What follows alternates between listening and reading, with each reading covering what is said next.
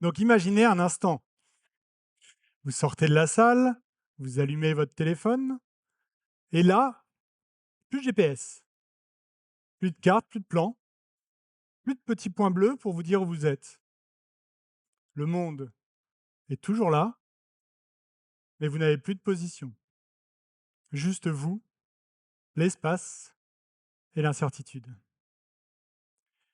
La cartographie est née de ce vertige, le vertige de l'inconnu. Elle répond à un besoin fondamental, se situer, se situer dans l'espace, mais aussi dans la société, dans le politique, dans le symbolique. Aujourd'hui, nous utilisons des applications pour répondre à ce besoin, mais elles nous influencent. Et la plupart du temps, nous n'en avons même pas conscience. Car la carte donne l'illusion de l'objectivité, des lignes nettes, des couleurs propres, des frontières précises. Mais derrière chaque ligne, il y a une décision.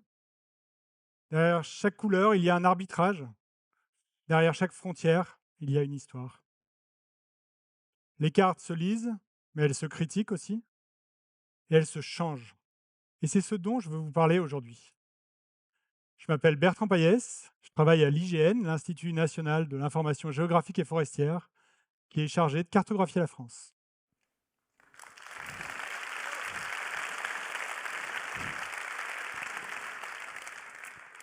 Alors commençons par le début. La cartographie, c'est quoi? Pour faire simple, on peut dire que c'est l'ensemble des techniques qu'on utilise pour représenter le monde qui nous entoure. En général, sur un support plat, comme un écran ou bien du papier. Ça peut sembler évident comme ça, mais faire une bonne carte, c'est plus compliqué qu'il n'y paraît. Premier défi, la forme exacte de la Terre. Depuis les Grecs, les scientifiques s'interrogent sur cette question. Est-ce qu'elle est ronde, pas ronde, allongée, aplatie? Au final, l'humanité s'est mise d'accord, enfin, presque toute l'humanité s'est mise d'accord sur le fait qu'elle est sphérique. En fait, ellipsoïdale, ça veut dire légèrement aplatie au pôle, et aussi un peu déformée par le champ de gravité tout autour du globe. Deuxième défi, construire un système de coordonnées stable pour se repérer. Au début, chaque pays a fait le sien, et puis dans les années 80, l'humanité s'est aussi mise d'accord pour utiliser un seul système pour toute la planète. Pour fêter ça, on lui a donné un petit nom sympa, WGS 84. Bon, on fait de la science, pas du marketing. Troisième défi, réussir à projeter cette forme sphérique, ellipsoïdale, sur un support plat. On appelle ça une projection, et c'est là qu'on commence un peu à tordre la réalité. La projection la plus connue, celle que vous voyez tous les jours, s'appelle la projection de Mercator, du nom de Gérard Mercator, un cartographe flamand du XVIe siècle. Et la projection de Mercator, elle fait le Groenland 14 fois plus grand que sa taille réelle. En gros, de la taille de l'Afrique, alors que c'est plus petit que l'Algérie. Aujourd'hui, on sait tous que c'est un territoire important, mais peut-être pas à ce point quand même. Et puis, une fois que vous avez la forme, les coordonnées, la projection, vous allez mesurer tout ce que vous voulez représenter sur cette carte.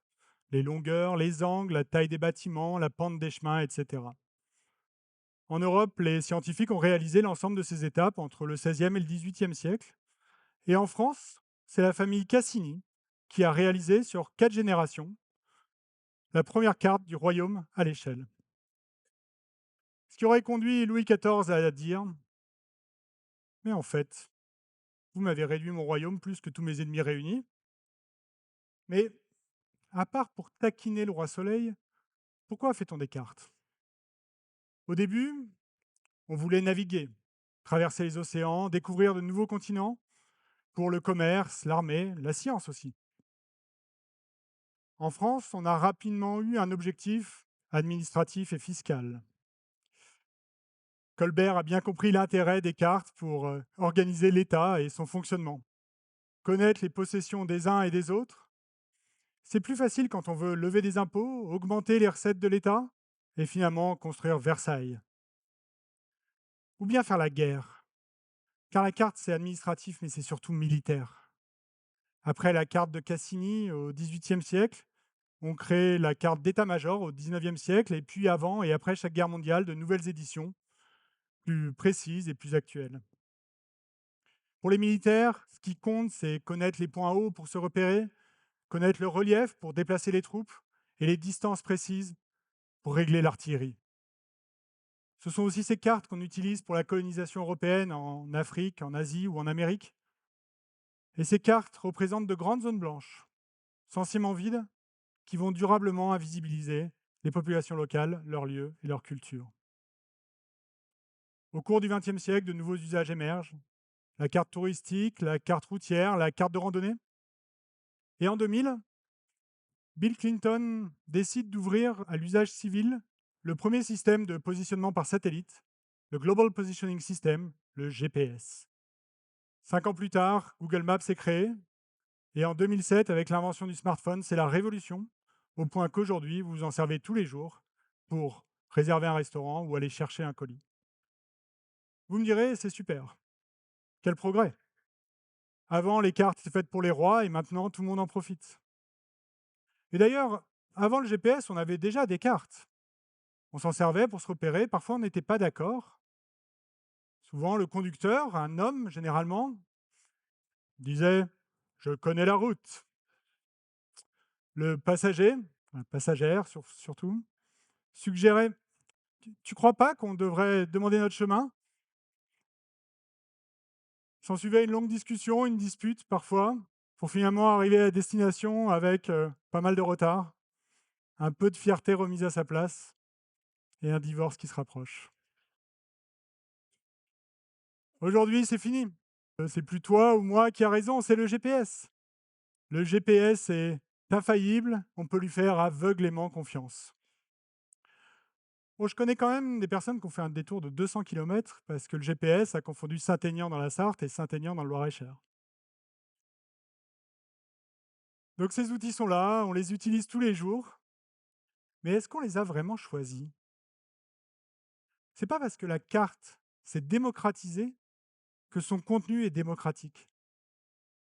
Les cartes que vous regardez, elles ne sont pas neutres. Et les personnes qui les ont faites sont comme Colbert. Ils ont un objectif. Nous, par exemple, à l'IGN, on fait des cartes pour l'État. On représente les routes, les bâtiments, les administrations, les réseaux électriques et ferrés. Mais on ne représente pas les commerces.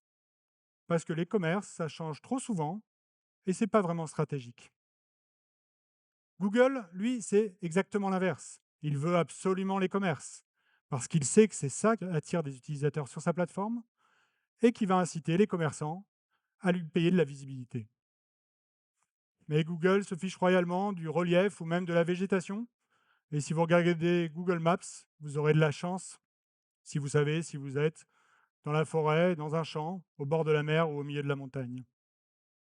Ça, c'est une carte Google de la montagne. Et celle-là, c'est la même par l'IGN. Et plein d'autres personnes font des cartes. Je connais ici à Nantes une maison d'édition qui s'appelle À la Criée et qui revendique de faire des contrecartes, de la cartographie critique. Ils ont réalisé récemment une carte du plateau de Millevaches pour montrer que la forêt est autre chose qu'une ressource à exploiter. Ce qui compte pour cet éditeur, c'est de représenter un autre territoire, celui des espèces protégées, des arbres remarquables, des zones humides ou des réservoirs de biodiversité. En fait, le monde est tellement riche qu'il est impossible de tout représenter exactement. Chaque arbre est différent, chaque chemin est différent. Au final, chaque mètre carré est différent et si on veut faire une carte claire, il faut choisir, masquer la complexité du monde pour le rendre plus lisible. Et même si avec le numérique, vous pouvez faire plus, zoomer, dézoomer, choisir ce que vous affichez ou que vous masquez, vous n'arriverez jamais à tout représenter sur une carte. Donc, quand on vous propose une carte qui vous ressemble, c'est plus souvent pour vous montrer les McDo à la place des Burger King et rarement pour vous montrer la petite association du coin. Donc une carte, c'est faire des choix. Et ces choix, c'est en fait l'expression d'un pouvoir sur la personne qui utilise la carte. Regardez par exemple le pouvoir de nommer les choses sur cette carte. Récemment, le président des États-Unis a décidé qu'il fallait renommer le golfe du Mexique. Certains ont pu trouver ça un peu vain ou inutile, mais on perçoit quand même qu'il y a un enjeu de pouvoir et de vision du monde dans cette volonté.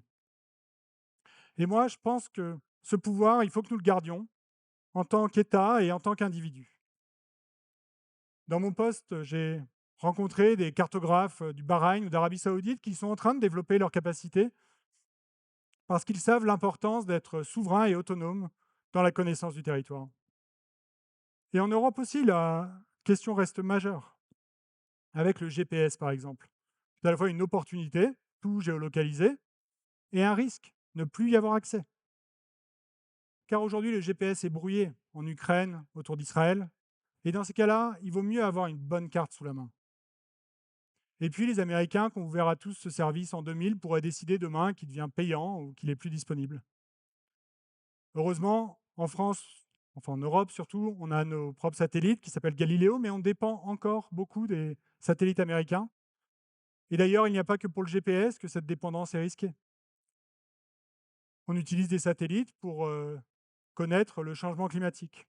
Et certains pensent que le changement climatique, eh bien, il faut justement arrêter de l'étudier, arrêter d'essayer de savoir comment ça fonctionne, pourquoi ça existe, et surtout quel impact ça va avoir sur nos vies. Donc au final, il faut arrêter de faire des cartes sur le sujet.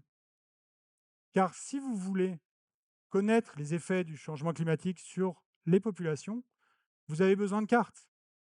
La carte des risques de submersion pour éviter les inondations, la carte des obligations légales de débroussaillement pour protéger les habitations des incendies, la carte des îlots de chaleur ou des îlots de fraîcheur pour protéger nos aînés de la canicule. Et pour faire toutes ces cartes, vous avez besoin de satellites, d'avions, de bases de données, d'ingénieurs, de géomètres, de presse pour les imprimer. Et nous avons encore toutes ces capacités en France et en Europe. Et nous pouvons décider quelles sont les cartes qui sont importantes pour nous collectivement. Je vous ai parlé du climat, mais on peut faire des cartes sur la santé, la sécurité, l'éducation, en fonction de ce qui est important pour nous en tant que société. Mais ce n'est pas tout. Il faut aller plus loin. Le pouvoir des cartes n'est pas réservé aux États et à quelques entreprises.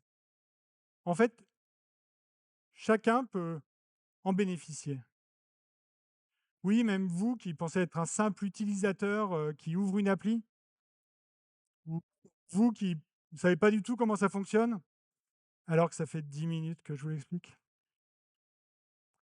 En fait, chacun peut mobiliser la carte pour comprendre et pour agir. Si vous aimez vraiment ça, vous pouvez par exemple contribuer à OpenStreetMap, qui est le Wikipédia de la cartographie, et que tout le monde peut enrichir, éditer, mettre à jour. Mais vous pouvez aussi utiliser des cartes pour révéler ce que la carte ne montre pas. Je vais vous donner un exemple. Dans une ville, une carte, c'est des habitations, des routes, des administrations. Mais pour certaines personnes, par exemple les femmes qui rentrent seules le soir, dans une ville où la mairie a décidé de couper l'éclairage pour préserver la biodiversité ou simplement faire des économies, la carte est bien différente. Elles savent qu'il faut éviter cette petite place où il y a des bandes qui traînent ou cette rue dont le sol est irrégulier. Ces éléments, ils ne sont pas sur la carte, mais c'est une carte qu'on va utiliser pour révéler cette ville cachée qui ne s'exprime que le soir. Et c'est en déambulant avec ces femmes à la nuit tombée qu'on va comprendre qu'il faut remettre de l'éclairage ici, faire tourner une patrouille par là ou refaire la chaussée dans cette rue. En fait, la carte qui fait sens, c'est la carte qui représente notre environnement, mais qu'on aura édité, raturé, corrigé pour la faire correspondre avec le monde tel que nous le percevons. Cet exemple, il se décline à l'infini. Moi, par exemple, ce que j'aime, c'est faire du vélo dans la nature. Et pour ça, j'ai besoin d'une carte spéciale, une carte qui est enrichie par d'autres cyclistes et qui va me montrer que quand je suis dans cette région, La chose à voir, c'est ce petit chemin qui conduit à cette adorable petite chapelle au cœur de la vallée de Chevreuse. Et si vous vous intéressez à l'aménagement du quartier de Haute-Pierre à Strasbourg, c'est une carte comme celle-ci dont vous avez besoin. Et pour tous ces exemples, vous allez utiliser des cartes et des outils différents, car chaque carte est singulière. Ce que nous voulons éviter, c'est la monoculture de la carte. Utiliser une appli unique, un format unique qui nous formate justement et qui nous montre toujours la même chose au point qu'on en oublie la richesse et la beauté du monde qui nous entoure. En fait, regarder des cartes différentes, c'est forger son esprit critique. C'est donner sens aux phénomènes politiques, socio-économiques qui nous impactent. C'est comme pour les médias. Si vous lisez un seul journal, ou vous regardez qu'un seul réseau social, vous allez finir par croire que le monde est réellement comme on vous le présente. Au contraire, vous devez utiliser plein de sources différentes, vous devez regarder plein de cartes différentes, installer plein d'applications différentes pour avoir de multiples points de vue sur le monde qui vous entoure. Et quand vous aurez regardé ce petit bout de territoire sous toutes ses coutures, vous aurez l'impression, face à votre écran, de connaître le pouvoir de la carte. Mais en fait, c'est quand vous vous direz: «Et si j'allais voir par moi-même?» que vous aurez compris le vrai pouvoir de la carte. Merci.